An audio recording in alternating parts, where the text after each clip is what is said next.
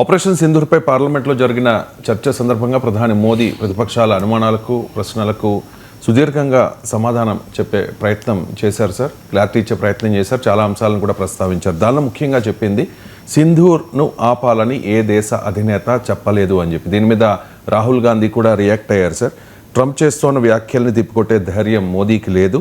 ఇందిరకు ఉన్న ధైర్యంలో మోదీకి కనీసం 50% ఉన్నా కూడా ట్రంప్ వ్యాఖ్యలు తప్పు అని చెప్పి పార్లమెంట్లో మోదీ ప్రకటించాలి అని చెప్పి చాలామంది అడుగుతున్న ప్రశ్న, ట్రంప్ పదే పదే చెప్తూ ఉన్నారు కదా సార్. రీసెంట్గా థాయిలాండ్ కంబోడియా యుద్ధాన్ని ఆపే సమయంలో కూడా ఆయన మళ్ళీ 26వసారి ఇండియా పాకిస్తాన్ల యుద్ధాన్ని ఆపాను అని చెప్పి ఆయన ప్రస్తావించారు. కానీ ఈ చర్చలో కూడా ప్రధాని మోదీ ఎక్కడా కూడా ట్రంప్ ప్రస్తావన తీసుకురాలేదు. అండ్ ట్రంప్ చెప్పలేదు అని చెప్పి గట్టిగా ఖండించలేదు. కారణం ఏంటి అంటే అన్నాడు, వాస్తవంగా అది కూడా పూర్తి నిజం కాదు. ప్రపంచంలో ఏ నేత ఆపరేషన్ సింధూర్ ఆపలేదు అన్నాడు. దట్ ఇంక్లూడ్స్ ట్రంప్ కూడా కదా. తర్వాత American vice president JD Vance నాకు మాట్లాడారు నాతో 9th రోజు. అప్పుడు మీరు పాకిస్తాన్ పెద్ద దాడికి చేపట్టబోతోంది అని బెదిరించారు, మేము దానికి గట్టిగా సమాధానం చెప్తానని చెప్పాను అన్నాడు. కానీ మరి జరిగింది ఏంటి? 9th తర్వాత ఏం జరిగింది? 10th ఆగిపోయింది కదా ఆపరేషన్ సింధూర్. రియాలిటీ ఏది ఏంటి? ఇప్పుడు ఆ సిరీస్ ఆఫ్ ఈవెంట్స్ క్రొనాలజీ చూడండి. ప్రైమ్ మినిస్టర్ చెప్తున్నాడు జేడీ వ్యాన్స్ ఇలా పాకిస్తాన్ పెద్ద దాడికి పూనుకోబోతోంది అని బెదిరించాడు. అప్పుడు నేను వినలేదు, మేము గట్టిగా సమాధానం చెప్తాం అన్నాము అని. కానీ జరిగింది అయితే ఆపడమే కదా. అంటే ఇది ట్రంప్ కూడా అనేకసార్లు చెప్పాడు, అలార్మింగ్ ఇంటెలిజెన్స్ అన్న పదం వాడారు. సో రియాలిటీ ఏం జరిగింది? మీరు వ్యాన్స్కి ఏం చెప్పారు తర్వాత సంగతి, జరిగింది అయితే ఆపారు కదా.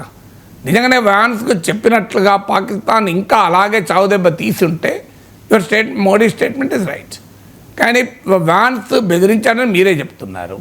ఇవాళ పేజ్ 1లో వచ్చిన వార్త, మరి మోడీ బైట్ నేను కరెక్ట్గా చూడలే కానీ ఇవాళ పేపర్లో, తెలుగు పేపర్లో కూడా వచ్చింది, ఇలా అమెరికా వైస్ ప్రెసిడెంట్ వ్యాన్స్ బెదిరించాడని మోడీ చెప్పినట్టుగా వార్తలు వచ్చింది ఇవాళ పేజ్ 1లో.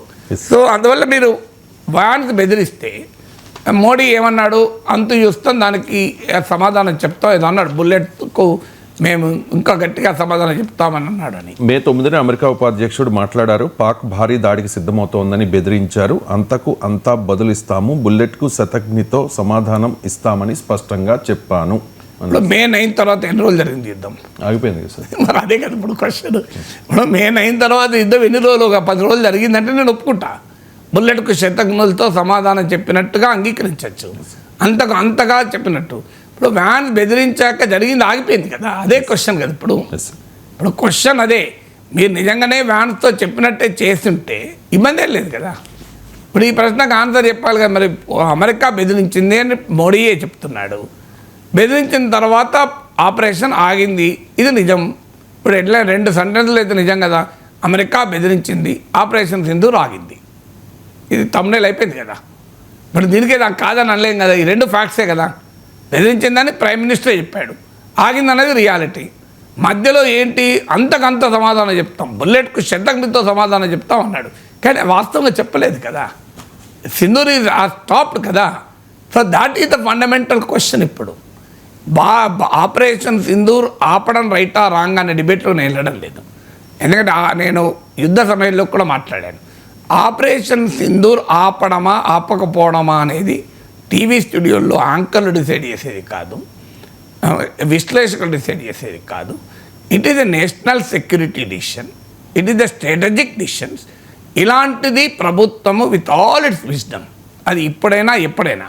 నరేంద్ర మోడీ నెహ్రూ నుంచి మొదలుకెత్తే అందరినీ కడిగేస్తాడు, వాజ్పేయితో సహా అందరూ దేశద్రోహులాగా మాట్లాడతారు. కానీ నేను అట్లా మాట్లాడాను, ఇంక్లూడింగ్ నరేంద్ర మోడీపై కూడా అలా మాట్లాడాను. Narendra Modi is the prime minister of India. ఆయన పూర్తి బాధ్యతతో ఒక నిర్ణయం తీసుకున్నాడు, ఆపరేషన్ సింధూర్ ఆపాలని. మేబీ ఈజ్ రైట్, నాకు ఇన్ఫర్మేషన్ ఉండదు. నేను I cannot suspect Modi's patriotism. Modi May suspect Nehru's patriotism. Nehru దేశభక్తిని, లాల్ బహదూర్ శాస్త్రి దేశభక్తిని, ఇందిరాగాంధీ దేశభక్తిని, ఆఖరికి వాజ్పేయి సామర్థ్యాన్ని కూడా మోడీ అనుమానిస్తున్నాడు. 2014 తర్వాతనే భారతదేశం గట్టిగా ఉంది, అంతకుముందు ఎప్పుడు లేదంటున్నాడు ఆయన. కానీ నేను అలా అనను. వాళ్ళతో పాటు నరేంద్ర మోడీ సామర్థ్యాన్ని, దేశభక్తిని కూడా గౌరవిస్తాను. ఎందుకంటే మన ప్రైమ్ మినిస్టర్ మన దేశ ప్రయోజనాల కొరకే పనిచేస్తారు. అప్పుడున్న సమాచారం ప్రకారం ప్రభుత్వాలు నిర్ణయాలు తీసుకుంటాయి. We should respect that. కావాలంటే అనుమానాలు అడగచ్చు, కానీ నిందించకూడదు. అనుమానాలు వేయడం వేరు, నిందించడం వేరు. కానీ ఎప్పుడైతే ఆపరేషన్ సింధూర్ మీరు ఆపడం మేబీ రైట్ డిసిషన్. అది భారతదేశ స్ట్రాటజిక్ అటానమీతో జరిగిందా అంటే వ్యూహాత్మక స్వయం ప్రతిపత్తితో ఇండియా ఆ నిర్ణయం తీసుకుంటే తప్పలేదు. అంటే with all our own calculations yes ఈ మిలిటరీ ఆపరేషన్ మనము రాజ్నాథ్ సింగ్ చెప్పాడుగా రాజకీయ మిలిటరీ లక్ష్యాలను సాధించాక ఆపాము అని. ఇలా మన దేశ రాజకీయ మిలిటరీ లక్ష్యాలు సాధించాక మన వ్యూహాత్మక స్వయం ప్రతిపత్తితో స్ట్రాటజిక్ అటానమీతో ఆపి ఉంటే ఎలాంటి అభ్యంతరం లేదు. నరేంద్ర మోడీ దేశ హితం కొరకే ఆపాడు. కానీ ఫ్రాన్స్ బెదిరిస్తే ఆగితే, అమెరికా బెదిరిస్తే అది మాత్రం ఆందోళనకరం. అందువల్ల అక్కడే క్వశ్చన్. ఇప్పుడు నిన్న ప్రైమ్ మినిస్టర్ చెప్పిన దాంట్లో ఆయనే అంటున్నాడు 9న బెదిరించాడని, కానీ తర్వాత ఆగిపోయింది. 10 నాడు ఎప్పుడు ఆగిపోయింది, 10th 11th ఆగిపోయింది. మీకు హార్డ్లీ ఫ్యూ అవర్స్ తర్వాత జరిగింది, దాదాపు ఆగిపోయింది కదా. మరి అదే ఇప్పుడు మిస్టరీ, ద ఇంట్రిగింగ్ క్వశ్చన్ అదే. అమెరికా నుంచి అధినేతల నుంచి ఫోన్లు వచ్చాక మనము ఆపరేషన్ సింధూర్ ఆగిపోయింది. ఇది భారతదేశ స్వయం నిర్ణయమా, అమెరికా ఒత్తిడితో తీసుకున్న నిర్ణయమా? ట్రంప్ ఊరంతా చాటుతున్నాడు, నిన్నటికి 30 సార్లు అనుకుంటా, నేనే ఒత్తిడి చేశాను, అది కూడా ట్రేడ్ ఆపుతానని బెదిరిస్తే ఆగింది అని. అక్కడ ఆందోళనకరం. ఇప్పటికీ ఆ ప్రశ్నకు ఆన్సర్ లేదు. నిన్న ఇన్ని గంటలు మాట్లాడినాక ప్రైమ్ మినిస్టర్ చాలాసేపు మాట్లాడు, ఆన్సర్ లేదు కదా దీనికి. Is it our strategic decision or is it taken under US pressure? దీనికి ఎక్కడ ఆన్సర్ ఉంది? ఆన్సర్ రాలేదు కదా. ఫ్యాక్ట్స్ మీకు మళ్ళీ చెప్పేది. మే 9 నాతో అమెరికా వైస్ ప్రెసిడెంట్ మాట్లాడాడు, బెదిరించాడు అన్నాడు. జరిగింది మే 9 తర్వాత యుద్ధం ఆగిపోయింది. నేను సమాధానం చెప్పాను, అంతకంతా చేస్తాం, బుల్లెట్కు శతజ్ఞులు చెప్తే కాలే కదా. దానికి ఆన్సర్ మోడీ చెప్పాలి కదా. ఆపరేషన్ సింధూర్ విషయంలో మెజారిటీ దేశాలు భారత్కు బాసటగా నిలిచాయి అని కూడా ప్రకటించారు కదా సార్ మోదీ. వాస్తవానికి పాకిస్తాన్కి తుర్కీయే, అజర్బైజాన్ లాంటి దేశాలు సపోర్ట్ చేస్తే పహల్గాం దాడిని మాత్రమే ప్రపంచ దేశాలు ఖండించాయి. వాస్తవంగా భారత్కి బాసటగా నిలిచాయా సార్ దేశాలు? మీరు అనేది నిజం, అది కరెక్ట్. అది మీరు అజర్బైజాన్, తుర్కీ కాదు, అసలు చైనాను మర్చిపోయారు. అసలు చైనా అత్యధికంగా పాకిస్తాన్కి అండగా నిలిచింది. భారతదేశానికి బాసటగా నిలవడం అంటే ఏంటి? How do you define it? మీరు డిఫైన్ చేయాలి. ఒకటి మిలిటరీ సపోర్ట్. మనం ఎవరిని అడిగినామా, అడగలేదు, వాళ్ళు ఇవ్వలేదు, పక్క పెడదాం. డిప్లొమాటిక్గా మనకు ఎవరు సపోర్ట్ చేశారు? మనకు చైనా ఎలాగో సపోర్ట్ చేయదు. రష్యా గత సోవియట్ యూనియన్ లాగా మనకు సపోర్ట్ చేసిందా? 1971లో నిన్న రాహుల్ గాంధీ కూడా ప్రస్తావించాడు, అమెరికా 7th ఫ్లీట్ అంటే 7వ నౌకాదళం అంటారు, కొన్ని వందల యుద్ధ విమానాలతో కూడిన యుద్ధ నౌకను ఇండియన్ ఓషన్లోకి దించితే ఇండియా భయపడలే, ఇందిరాగాంధీ వెనకాడలే. ప్రెసిడెంట్ నిక్సన్కు సూటిగా చెప్పింది, మీరు ఏమి చేసినా మేమేం చేయాలో చేస్తామన్నారు. అన్నట్టే బంగ్లాదేశ్ ఏర్పడింది. 90,000 పాకిస్తాన్ సైనికులు లొంగిపోయారు. ఇప్పుడు prime minister BJP Modi, Rajnath Singh, Amit Shah, Jaishankar చెప్తున్నారు పాకిస్తాన్ కాళ్ళబేరానికి వచ్చింది, బహుత్ మారా బస్ కరో అన్నది అని. ఎక్కడ సంతకం పెట్టారు సరెండర్ అవుతుంది చెప్పండి నాకు. ఎక్కడన్నా పాకిస్తాన్ ఒక్కడన్నా సైన్ చేశాడా? ఒక్క స్టేట్మెంట్ నుండి ఇచ్చారా మేము లొంగిపోతున్నామని? మన డీజీఎంఓతో వాళ్ళ డీజీఎంఓ, పాకిస్తాన్ డీజీఎంఓ చెప్పాడని ప్రైమ్ మినిస్టర్ చెప్తాడు. కానీ ఆ డీజీఎంఓ పాకిస్తాన్ ఏం చెప్తోంది? అసలు మేమే గెలిచామని చెప్తోంది. కానీ ఇందుకు భిన్నంగా 1971లో పాకిస్తాన్ 2 ముక్కలైంది కదా. దానికన్నా ఇది ఎక్కువనా, అది ఎక్కువనా? ఇప్పుడు విచిత్రం అయితే 1970 కన్నా గొప్ప విజయం అని చెప్పేవరకే కదా సమస్య వచ్చేది. లేకపోతే డెఫినెట్గా ఆపరేషన్ సింధూర్లో మన మిలిటరీ, మన ఎయిర్ ఫోర్స్ అద్భుతమైన సాహసాన్ని చూపింది, బ్రహ్మాండమైన విజయాన్ని సాధించింది, ఎవరికి డిస్ప్యూట్ లేదు. అది ఈ salute our Indian arm forces. కానీ మీరు 71లో 90,000 మంది పాకిస్తాన్ సైనికులు లొంగిపోతే, పాకిస్తాన్ 2 ముక్కలైతే, ఇప్పుడు అంతకన్నా గొప్పగా బస్ కరో బహుత్ మారే అంటే బస్ కరే క్యో బస్ కర్తే బహుత్ మారనానే ఆప్కో అడ్రస్ నయ్యనైతే అని చెప్పాలి కదా. ఆపండి, ఆపం, నీ అంతు చూస్తాం. ఇప్పుడు మోడీయే చెప్పాడు కదా, వైస్ ప్రెసిడెంట్ అడిగితే ఆపని మేము, వాడు బుల్లెట్ ఎత్తే శతజ్ఞతో కొడతామని. మరి మీరు అదే పని చేయాలి కదా అంటున్నా నేను. సో అందువల్ల ఎవరు సపోర్ట్ చేశారు? ఇజ్రాయిల్ ఒకటి సపోర్ట్ చేసింది మనకు. తర్వాత తైవాన్ను భారతదేశంలో ఒక దేశంగానే గుర్తించదు. ఈవెన్ టుడే ఇండియా పాలసీ ఇది వన్ చైనా పాలసీ. బీజేపీ నాయకులు బయట చెప్తారు తప్ప తైవాన్, టిబెట్లను చైనాలో భాగమనే మోడీ ప్రభుత్వం అఫీషియల్ వర్షన్. నాకు కాదని చెప్పండి. ఈ మధ్య నేను రామ్ మాధవ్ను ఫారిన్ పాలసీ ఇంట్రో చేసినప్పుడు అడిగాను. ఆయన ఈ యాక్సెప్టెడ్, నిజమే వన్ చైనా పాలసీ మేము కట్టుబడి ఉన్నామన్నాడు. టిబెట్ను మనము చైనా కబ్జా చేసిందని పొలిటికల్గా మాట్లాడతారు. రామ్ మాధవ్ కూడా నా ఇంటర్వ్యూలో చెప్పాడు, చైనా టిబెట్ కబ్జా చేసిందంటే వెంటనే అడిగాను, కరెక్టే, మరి ఎందుకు మనం టిబెట్ను వేరే దేశంగా గుర్తించమన్నా? టిబెట్ చైనాలో భాగంగానే గుర్తిస్తాం కదా. అంటే అఫీషియల్ అయినేమో చైనాలో టిబెట్ భాగం, పొలిటికల్ అయినేమో చైనా టిబెట్ కబ్జా చేసింది, అఫీషియల్ అయినేమో తైవాన్ చైనాలో భాగం. తైవాన్ ఒక దేశం సపోర్ట్ చేసిందంటారు, ఎట్లా కరెక్ట్ అవుతుందండి ఇది? సో అందువల్ల ఎవరు అమెరికా సపోర్ట్ చేసిందా? యూరప్ మాట్లాడిందా?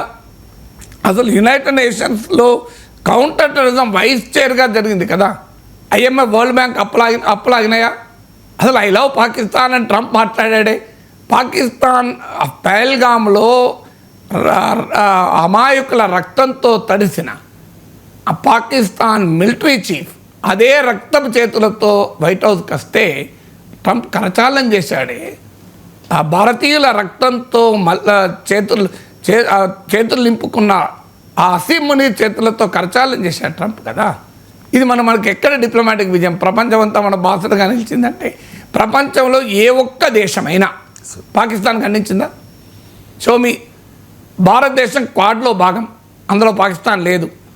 చైనాకు వ్యతిరేకంగా మన అమెరికాతో కలిసిన కూటమిది. America, Japan, Australia, India.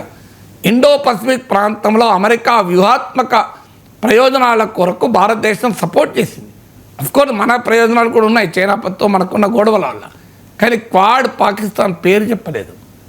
United నేషన్స్లో America ప్రతిపాదించిన రెజల్యూషన్లో మొదలు రెసిస్టెంట్ పేరుండే, ఆ తర్వాత పాకిస్తాన్ ఒత్తిడి మేరకు రెసిస్టెంట్ పేరు కూడా తీసేశారు. Show me which country Pakistan స్పష్టంగా తీవ్రవాదాన్ని పహల్గామ్ దాడులకు నువ్వే కారణం అని అన్నదా? మరి ప్రపంచం అంతా బాసరగా నిలిచిందంటే అసలు ఇరుగు పొరుగు దేశాలు, చుట్టూ ఉన్న దేశాలకు, ప్రపంచమంతా మన మల్టీ పార్టీ డెలిగేషన్, ఎంపీల డెలిగేషన్లు వెళ్ళాయి. శ్రీలంక వెళ్ళిందా? మాల్దీవ్స్ వెళ్ళినాయా? నేపాల్ వెళ్ళిందా? ఒక్కరు వెళ్ళలే. ఎందుకు? మరి ఆన్సర్ చెప్పాలి కదా, దీనికి ఆన్సర్ ఉండాలి కదా. ఇప్పుడు ఇజ్రాయిల్ ఎందుకు మద్దతు ఇచ్చింది? ఇజ్రాయిల్కి ఇస్లామిక్ దేశాలతో ఉన్న గొడవకు మద్దతు ఇచ్చింది, మన మీద ప్రేమతో కాదు. తాలిబాన్ మనకు మద్దతు ఇచ్చింది, తాలిబాన్కి ఇండియా మీద ప్రేమ ఉందని నమ్ముదామా? తాలిబాన్ ఎందుకు మద్దతు ఇచ్చింది? వాడికి పాకిస్తాన్తో ఉన్న గోల వల్ల ఇచ్చింది. ఆ ఫస్తూన్లు, ఆ డ్యూరాండ్ లైను, టెరిక్, తాలిబాన్, పాకిస్తాన్ వాళ్ళ గోళ్ళలా. మనకు మద్దతు ఇచ్చింది, హానెస్ట్గా మద్దతు ఇచ్చిన కంట్రీ ఎవరని అడుగుతున్నాం. భారతీయునిగా నేను కోరుకునేది ప్రపంచమంతా మన బాధ్యతగా నిలవాలని. కానీ అన్ఫార్చునేట్లీ పాకిస్తాన్కి డిప్లొమాటిక్ అడ్వాంటేజ్ వచ్చింది. కశ్మీర్ మధ్యవర్తిత్వం చేస్తానికి ఉపయోగించుకోగలిగాడు. ఇండియా పాకిస్తాన్ ఐఫనేట్ చేశాడని కదా. అంటే బ్యాటిల్ ఫీల్డ్లో, యుద్ధ భూమిలో మన సైనిక బలగాలు అపూర్వమైన సాహసాన్ని చూపి అద్భుతమైన విజయాన్ని సాధిస్తే అది డిప్లొమసీలో ఆ విజయం కనబడలేదు కదా అనేదే క్వశ్చన్ తప్ప సైన్యం సత్తాన్ని ఎవరు ప్రశ్నిస్తున్నారు? సైన్యం అద్భుతమైన విజయం సాధించింది. అంత అద్భుతమైన విజయం సాధించా కూడా మీరు అర్ధాంతరంగా ఆపరేషన్ సింధూర్ ఎందుకు ఆపారనేది క్వశ్చన్ కదా. ఆ క్వశ్చన్కి ఇప్పటివరకు ఆన్సర్ లేదు కదా. అంటే సైన్యానికి దేశమంతా అండగా ఉంది, దేశ ప్రజలంతా సపోర్ట్ చేశారు, అండ్ మేము కూడా ఫ్రీ హ్యాండ్ ఇచ్చాం, కానీ కాంగ్రెస్ మాత్రం అండగా లేదు అని చెప్పి మోదీ క్వశ్చన్ చేశారు సార్. దాంతోపాటు పాకిస్తాన్ని కాంగ్రెస్ వెనకేసుకొస్తోంది అని చెప్పి అదే సమయంలో ఇంకొక కామెంట్ కూడా చేశారు సార్, పాక్ బతిమాలితేనే ఆపరేషన్ సింధూర్ను ఆపేశాము అని చెప్పి. సో పాకిస్తాన్ మాట వినాల్సిన అవసరం మోదీకి. పాకిస్తాన్ బతిమాలితే మనం ఎందుకు ఆపాలనేది నా క్వశ్చన్. కాంగ్రెస్ పైన ఏమనుకున్నాడో కాంగ్రెస్ వాళ్ళు చెప్పుకుంటారు, నాకు అభ్యంతరం లేదు. అది Congress is not my ideal, నాకేం ఆదర్శం కాదు. సో అందువల్ల కాంగ్రెస్ పైన మోడీ ఏమైనా విమర్శలు చేసుకోనివ్వండి, అభ్యంతరం ఏమీ లేదు. కానీ ఇదే మాట పదే పదే చెప్తున్నారు, కాళ్ళ బేరానికి వస్తే ఆపాము, పాకిస్తాన్ బతిమాలితే ఆపాము, బస్ కరో బౌత్ మారే, ఆపండి చాలా కొట్టిందంటే ఆపినాము. అసలు ఇట్లా ఆపుతారా అండి? ఇక్కడ యుద్ధాలు కాళ్ళబేరానికి వస్తే ఆపుతారా? పోనీ కాళ్ళబేరానికి వచ్చాడు, కాళ్ళబేరానికి వచ్చినప్పుడు ఒక్క అష్యూరెన్స్ అన్న తీసుకోవాలి కదా, ఇక ముందు తీవ్రవాద దాడులు చేయము. ఇచ్చారు అష్యూరెన్స్? చూపెట్టాను నాకు ఎక్కడ. కాళ్ళబేరానికి వస్తే ఇవ్వాలి, అష్యూరెన్స్ ఉండాలి కదండి. ఇంకోసారి ఈ తప్పు చేయము అనేది ఎక్కడైనా ఒక రాసి ఇవ్వాలి కదా వాడు.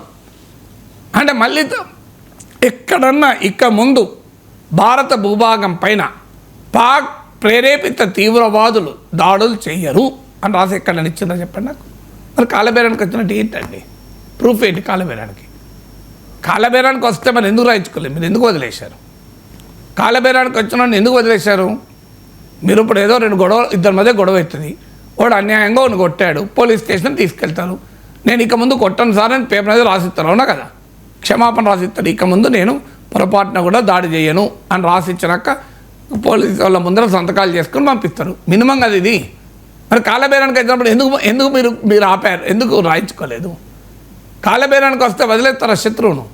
పోనీ కాలబేరానికి వచ్చినప్పుడు ఇప్పుడు ఆపారు మీరు, రేపు పొద్దున మళ్ళీ దాడి చేస్తారు, అప్పుడు ఏంటి? అంటే ఇంకో 20 మంది చావాలా? ఇప్పుడు చనిపోయింది సరిపోరా? పుల్వామాలో 40 మంది చనిపోయారు. కాలబేరానికి వచ్చినాక బాలకోట్ ఆపారు, మళ్ళీ పహల్గామ్లో 26 మంది చనిపోయారు, మళ్ళీ కాలబేరానికి వచ్చాక ఆపుతారు, మళ్ళీ వాడు ఇంకో 30 మంది చంపుతారు, అప్పుడు మళ్ళీ కాలబేరానికి వస్తాడు. వాడి కాలబేరం రావడం అలవాటు. కొత్తగా వచ్చేది ఉన్నదండి 1971లో 90,000 మంది సైనికులు లొంగిపోయారు కదా, కాలబేరానికి వస్తేనే కదా జరిగింది. కానీ వాడు ఆగాడా పాకిస్తాన్ గుణం? 50 ఏళ్ళకు పైగా చరిత్ర నీ కళ్ళ ముందట ఉంది. కార్గిల్లో కాలబేరానికి వచ్చాడు, మళ్ళీ తర్వాత యూరీ జరగలేదా, పఠాన్కోట్ జరగలేదా, పుల్వామా జరగలేదా, మీకు పహల్గాం జరగలేదా? 60 ఏళ్ళుగా కాలబేరానికి వచ్చిన పాకిస్తాన్ భారత్తో ఏ యుద్ధంలో గెలిచింది ఇప్పుడు చెప్పండి నాకు? 1948 గెలవలే, 1965 గెలవలే, 1971 గెలవలే, 1999 గెలవలే. ఇంతవరకు భారతదేశంతో ఏ యుద్ధంలో పాకిస్తాన్ గెలవలే.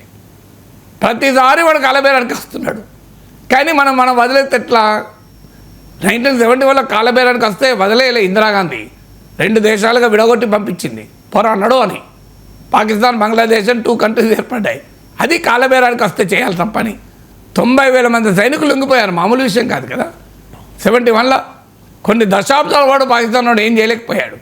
అది కదా కాలబేరానికి అంటే. కాలబేరానికి వచ్చినప్పుడు 2 దేశాలుగా విడగొట్టి బంగ్లాదేశ్కు స్వాతంత్రం ఇచ్చి పాకిస్తాన్ 2 ముక్కలు చేసి పంపించారు. మోడీ కూడా చేయాల్సిండే, బెలూచిస్తాన్ స్వాతంత్రం ఇయ్యిరా, కాలబేరానికి వచ్చినావు కదా, నువ్వు ఖైబర్ పఖ్తూన్ఖ్వా స్వాతంత్రం ఇవ్వు, లేదా పాక్ ఆక్యుపైడ్ కాశ్మీర్ మాకు అప్పచెప్పు, అప్పుడు నీ కాలబేరానికి ఒప్పుకున్నావు అని అంటే అయిపోయింది కదా. 71లో కాలబేరానికి వస్తే అదే చేశారు కదా. మరి 2020లో అది ఎందుకు చేయలేదనే ప్రశ్న. ఏప్రిల్ 22న పహల్గాం దాడి జరిగింది కదా సార్. అప్పటి నుంచి ఈ పహల్గాం దాడికి కారణమైన ఉగ్రవాదులు ఎక్కడ ఉన్నారు ఏంటి అనే దాని మీద క్లారిటీ లేదు. కానీ అనూహ్యంగా కోయిన్సిడెన్స్ ఏంటో నిన్న సభలో అమిత్ షా ప్రకటించారు కదా సార్, సుదీర్ఘ శ్రమకు ఫలితమే మహాదేవ్, ఆపరేషన్ మహాదేవ్ అని చెప్పేసి. ఏం సార్ ఇది యాదృచ్ఛికమా లేకపోతే ఎలా చూడాలి? అది ఎలా నాకెలా తెలుస్తుంది, నేను ఎలా చెప్పగలుగుతాను? కానీ నేను ఐ డోంట్ సస్పెక్ట్ ఎవ్రీథింగ్. అది యాదృచ్ఛికమైన నిజమైన వాడు చచ్చాడు అయిపోయింది, అది కావాలి. అందువల్ల దానికి మనము మళ్ళీ కోడిగుడ్డు మీద ఈకలు పీకాల్సిన అవసరం లేదు. వాడు చచ్చాడని నిజం, వాడు ఎప్పుడు చస్తే మనకేంది? వాడు అదే రోజు చచ్చాడా, పార్లమెంట్లో చర్చ రోజే చస్తాడంటే ఎప్పుడోసారి చచ్చాడు, వాడు చావడం ముఖ్యం మనకు, అది ముహూర్తాలు ముఖ్యం కాదు. కానీ ఇక్కడ ఫండమెంటల్ క్వశ్చన్ ఏంటంటే, ఓకే పహల్గాం తీవ్రవాదుల్ని ఏం చేశారో ఇప్పటివరకు ఎందుకు పట్టుకోలేదు అనే ప్రశ్న ప్రతిపక్షాలు అడుగుతున్నాయి. ఆపరేషన్ మహాదేవ్ ద్వారా ఆ ప్రశ్న కాస్త ప్రభుత్వం సమాధానం చెప్పగలిగింది. కానీ అంతకన్నా ఇంపార్టెంట్ క్వశ్చన్ ఏంటంటే, 4,000 మంది పర్యాటకులు బైసారన్ వ్యాలీ వెళ్తే ఒక్క జవాన్ అక్కడ ఎందుకు లేడు? ఈ ప్రశ్నకి ఇప్పటికీ సమాధానం లేదు. ఈ ప్రశ్న అడిగితే రాజ్నాథ్ సింగ్ నుంచి మోడీ వరకు నెహ్రూకి వెళ్తారు. ఈ ప్రశ్న అడిగితే నెహ్రూకి ఏం సంబంధం అండి? నెహ్రూ ఏం చేశాడు, ఆ కాంగ్రెస్ ప్రభుత్వాలు ఏం చేశాయి, మన్మోహన్ సింగ్ ఏం చేశాడు, అసలు అప్పుడు ఏం చేశాడో ఏం చేయలేదో అప్పుడు చరిత్ర ఇప్పుడు నెమరు వేసుకుంటే లాభం లేదు. మరి అప్పుడు మంచి జరుగుంటుంది, చెడు జరుగుంటుంది. నేను అదే అన్నాను కదా, 71లో బంగ్లాదేశ్ విడిపోయింది, అది పెద్ద విజయం కదా, అది మామూలు విజయమా మనకు ఇండియాకు? సో అందువల్ల లెటర్స్ రెస్పెక్ట్. కార్గిల్లో యుద్ధం తర్వాత వాజ్పేయి ఎందుకు ఎల్ఓసి దాటద్దని చెప్పాడు? కార్గిల్ యుద్ధం తర్వాత పాకిస్తాన్ ఓడిపోయింది కదా, మరి పీఓకే ఎందుకు లాక్కోలేదు Vajpayee? Let us not ask such questions. ఎందుకంటే వాజ్పేయి నిజాయితీని మనం ప్రశ్నించకూడదు, ఇందిరాగాంధీ దేశభక్తిని ప్రశ్నించకూడదు. మీరు ప్రతి ఒక్కరి నిజాయితీని, దేశభక్తిని, ఈ దేశం కొరకు సుదీర్ఘ సేవలు అందించిన మహనీయుల షీలర్ పరీక్షను ప్రశ్నిస్తూ నిరంతర నెహ్రూను క్యారెక్టర్ అసాసినేషన్ చేస్తూ, లాల్ బహదూర్ శాస్త్రి నిన్న మోడీ అంటాడు 62 to 66 ఇండియా చాలా అన్యాయం చేసింది దేశానికి అన్నారు. ఆ టైంలో ఎవరున్నారండి ప్రైమ్ మినిస్టర్? 64లో నెహ్రూ చనిపోతే లాల్ బహదూర్ శాస్త్రి. అంటే పోనీ నెహ్రూ కుటుంబం అంటే మీకేదో ఆ రాహుల్ గాంధీ, సోనియా గాంధీ, ప్రియాంక గాంధీలు కనబడితే మీరు భరించలేరు పార్లమెంట్లో మీరు అంటున్నారు. కానీ లాల్ బహదూర్ శాస్త్రి ఏం చేశాడండి? అన్యాయం కదా. మీరు అటల్ బిహారీ వాజ్పేయి ఏం చేశాడు? 2014 ముందంతా దేశం లొంగిపోయింది అంటాడు మోడీ. అన్యాయం కదా. వాజ్పేయి లాంటి మహనీయుల్ని దేశభక్తి ప్రశ్నించడం, అవమానించడం అంటే. సో క్వశ్చన్ అది కదా. ఆ చరిత్రలో నిన్ను అడిగిన సూటి ప్రశ్న ఏంటంటే, అయ్యా ప్రియాంక గాంధీ ప్రశ్న అడిగింది, మన ఎంపీలు ఇక్కడ ఉన్న ప్రతి మెంబర్కు సెక్యూరిటీ ఉంటుంది, మరి 4,000 మంది పర్యాటకులు పోతే ఎందుకు మీరు సెక్యూరిటీ కల్పించలేదు? అది పహల్గామ్, అది కాశ్మీర్, అది తీవ్రవాద పీడిత ప్రాంతం. పహల్గామ్లోనే గతంలో తీవ్రవాద దాడులు జరిగాయి. అది Amarnath valley base camp, Amarnath యాత్ర బేస్ క్యాంప్, అమర్నాథ్ యాత్రకు రిజిస్ట్రేషన్ మొదలైంది. ఇంతకన్నా ఇక సెక్యూరిటీకి ఇంపార్టెంట్ ఏదైనా ఉందా? ఒకవైపు ఏమో ప్రభుత్వము, మోడీ, అమిత్ షా అందరూ కాశ్మీర్లో నార్మల్సీ వచ్చేసింది, సాధారణ పరిస్థితులు వచ్చాయి, రండి కాశ్మీర్ చూడండి, అందమైన కాశ్మీర్ మీరే పిలిచారు, మీరే పిలిచి మీరే సెక్యూరిటీ ఇవ్వలేదు.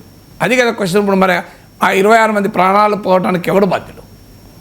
మీరు కనుక ఒక 4 జవాన్లు ఉండుంటే తీవ్రవాదులు వచ్చేవాళ్ళు అక్కడికి.